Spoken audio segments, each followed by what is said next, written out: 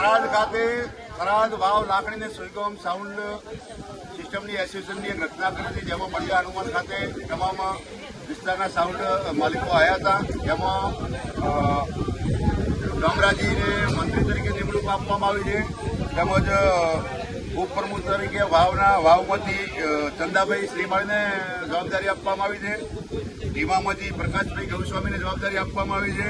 થરાદમાંથી વરદાજી રાજપૂતને જવાબદારી આપવામાં આવી છે. રામમાંથી લખમણભાઈ પટેલને જવાબદારી આપવામાં આવી. લાખણીથી મહાદેવભાઈને જવાબદારી આપવામાં આવી છે. તેમાં મહામંત્રી તરીકે રજનીકાંત યાત્રાને જવાબદારી આપવામાં આવી છે.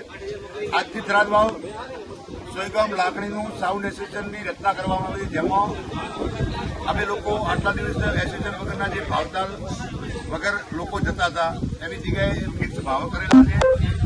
આ ભાવની અંદર રહી અને એસોસિએશનમાં આવેલા તમામ સાઉન્ડ માસ્ટરોએ આ ભાવની અંદર ફોર્મ કરવાનું થશે.